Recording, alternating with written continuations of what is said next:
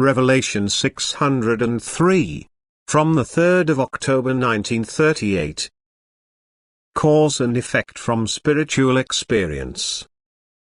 All spiritual experience is cause and effect at the same time. The attentive man can observe at any time that the spiritual experience must be preceded by some event, according to which his thought direction has just taken the way to the height. From this thinking then a spiritual immersion in questions arose, concerning the eternal Godhead. Such questions forced the human being to believe in a power, which so to speak expresses itself in every human being. Faith ignited in the human heart the God spark of love, and by the love, the spirit was again animated.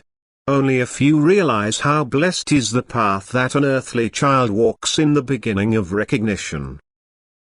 To have entered the bridge which reaches over into the eternal kingdom is of incalculable advantage for the earthly child, for it is spared the unspeakable struggle in the hereafter, and on entering the hereafter it can also soon pass over into regions of light and leave behind all suffering on earth. But now the question forces itself on humans, which fate is given to those, which separated themselves always willingly from the matter, which demanded nothing from the world and its joys, but stood also just as indifferently opposite to the spiritual world. These were both spiritually and physically sluggish and found their satisfaction in the state of complete inertia. Their body was indeed little captivated by earthly desire, but also their spiritual well-being was not particularly close to their hearts. But they were content with the most meager life on this earth. Such people must have extraordinarily strong inner experiences which shake them out of this lethargy of body and soul, so that then the actual activity begins and they now devote themselves fully to their task.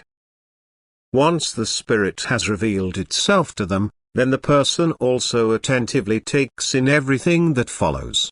He observes now attentively all events around him, begins to think and draws now from each experience his use for the soul.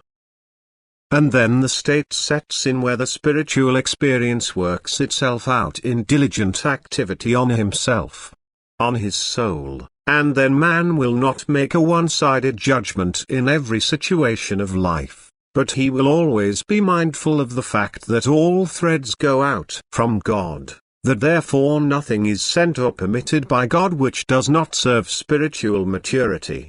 Thus every earthly event should also simultaneously set the spirit in activity to finally be guided by it into all wisdom and to be able to completely fulfill the task already on earth.